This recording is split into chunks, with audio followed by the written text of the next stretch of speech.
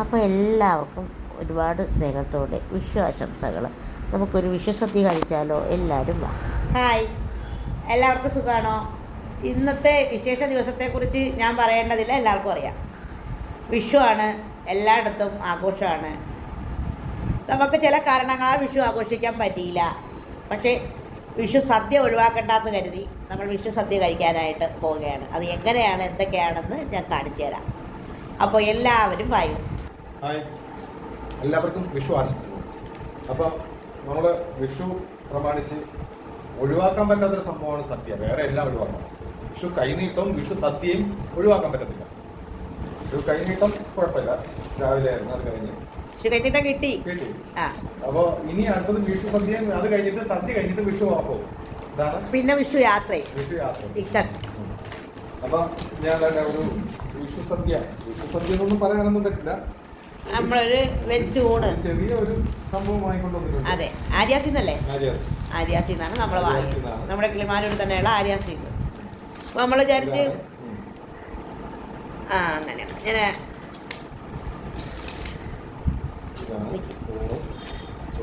കുത്തരിച്ചോറാണ് കേട്ടോ. ഇതിന്റെ ഈ പേപ്പർ ഇതിനകത്ത് തന്നെ ഇരിക്കട്ടെ കേട്ടോ. പേപ്പർ അതിനകത്ത് ഇരിക്കട്ടെ.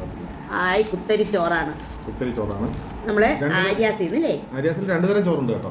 അതായത് നമ്മുടെ വെള്ള ചോറും ഉണ്ട്, കുത്തരിച്ചോറും ഉണ്ട്. അപ്പം അത് ഏതാ വേണ്ടെന്ന് വെച്ച് കഴിഞ്ഞാൽ നമുക്കത് വാങ്ങാം, കുഴപ്പമില്ല.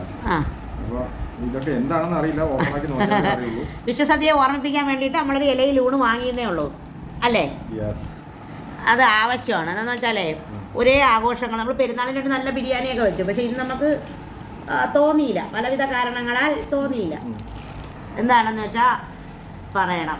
ഇത് എന്താണെന്ന് എനിക്ക് ഐഡിയ. തൈരാണ്. തൈര് സൈഡിലോട്ട് വെച്ചോളൂ. തൈര്, അട്ടത്തൈര്, പച്ചമോരായിരിക്കും. പച്ചമോരോടെ ഇരിക്കട്ടെ, നമുക്ക് കുടിക്കാം. പിന്നെ ഈ തമിഴ് സ്റ്റൈലില് ഊണെന്ന് പറയുമ്പോഴത്തേക്ക് തൈരും ഉപ്പും വിളമ്പും. അതെ അതെ അതെ, മസ്റ്റാണല്ലേ. പിന്നെ ഇച്ചിരി നെയ്യും ഒഴിക്കും. അപ്പൊ നമുക്ക് നമ്മളിന്ന് രണ്ടും കൽപ്പിച്ചിട്ടാണ്. അടുത്തത് എന്താണെന്ന്? അവിയലാണ്. അവിയൽ തട്ടിക്കോളൂ. അവിയൽ. അടുത്തത് എന്തോ സംഭവമാണ്, വിഴുക്കുവരട്ടി, കോവയ്ക്ക വിഴുക്കുവരട്ടി. ഇത് ഇതൊരു എന്തോ ഒരു കുറച്ച് തട്ടണം കേട്ടോ. എന്താണ് അതൊരു പൈനാപ്പിൾ കറി എങ്ങനെ ആണോ? അതോട് കുറച്ച് തട്ടണം. മധുരമാണോ എന്ന് അറിയില്ല, തൊട്ട് നോക്കണം കേട്ടോ. അതിട്ട് അതിന് കഴിച്ചു തുടങ്ങണം.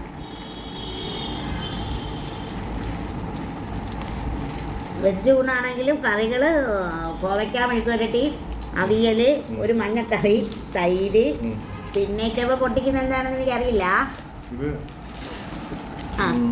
മോര് കറി.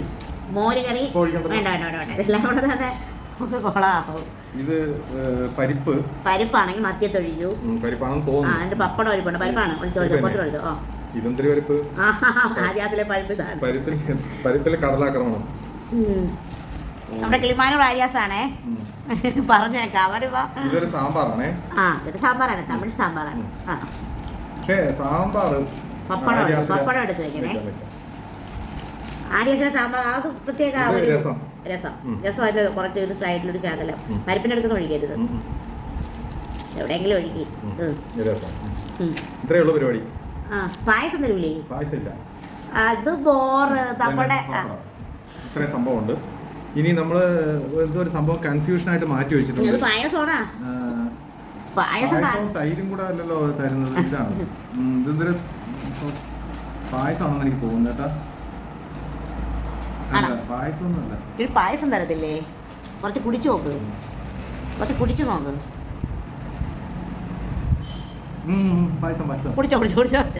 പായസം ഇല്ലാതെ നമ്മള് പായസമാണ്. പായസം നമ്മളൊരു തൽക്കാലം ഒരു ഗ്ലാസ്സിലോട്ട് ഇങ്ങനെ മാറ്റി വെക്കും, ഇല്ലെങ്കിൽ കറിയാണെന്ന് പറഞ്ഞെടുത്ത് ഒഴിക്കും. ഇപ്പൊ നമ്മള് 3 പേരേ ഉള്ളൂ. ഇപ്പൊ നമ്മൾ കഴിക്കാൻ പോകുന്നു. കഴിച്ചു തുടങ്ങോ? ഞാനോ? കഴിക്കൂ.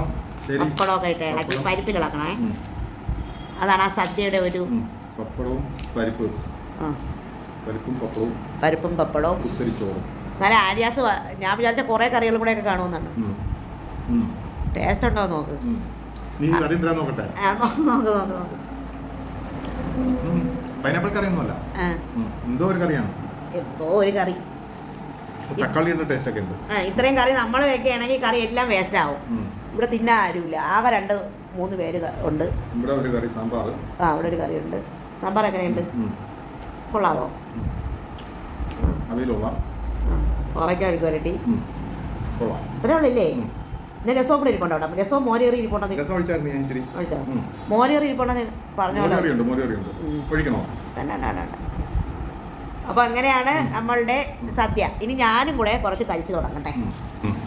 നല്ല ചൂട് ചോറും പരിപ്പും സാമ്പാറും പപ്പടം.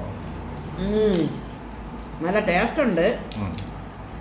പക്ഷെ ഒരു കാര്യം, കറിയൊക്കെ കുറവ് പോലെ തോന്നുന്നു. ഇല്ല, കറി ഇരിപ്പുണ്ട്. ഞാൻ ചെറിയ ഒഴിച്ചോളൂ. കറിയൊക്കെ ഉണ്ട്.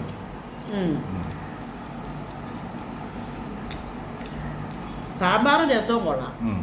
അല്ല, സാമ്പാറും രസവും ഈ പിന്നെ ആര്യാസിലെ സാമ്പാറും രസം വേറെ ലെവലാണ്. അതെ, കണ്ട വെള്ളം പോലെ ഇരിക്കുമെങ്കിൽ ടേസ്റ്റിയാണ്. ചോറും നല്ലത്, നല്ല കുത്തരി ചോറ്. അപ്പോൾ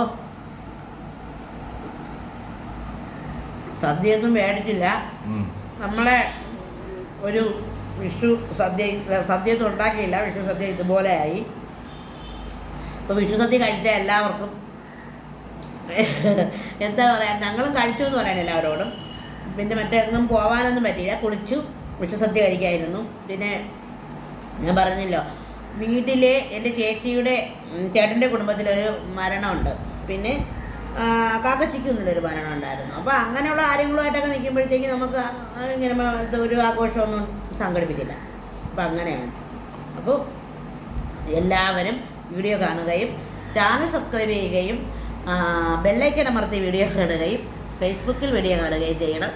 കിളിമാനൂർ ആര്യാസിൽ നിന്നാണ് നമ്മൾ ഈ ചോറ് മേടിച്ചത്. ചോറൊക്കെ കൊള്ളാം, ക്വാണ്ടിറ്റിയൊക്കെ ഉണ്ട്. നമുക്ക് 2 പേർക്കൊക്കെ കഴിക്കാനുള്ള ചോറൊക്കെ ഉണ്ട്. നമ്മൾ രീതി വെച്ചിട്ട് 3 പേർക്ക് കഴിക്കാനുള്ളതുണ്ട്. അപ്പോൾ എല്ലാവരും വയോ.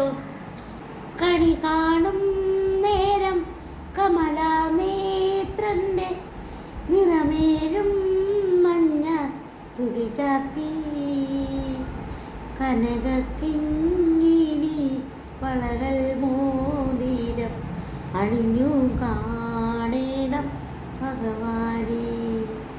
മലർമാതിൻ കാന്തൻ വസുദേവാത്മജൻ പുലർക്കാലേ പാടി കുഴലൂതി ചെലിച്ചേലേയെന്നു ചിലമ്പും കാഞ്ചന ചിലമ്പിട്ടോടിവ കണി കാണാൻ.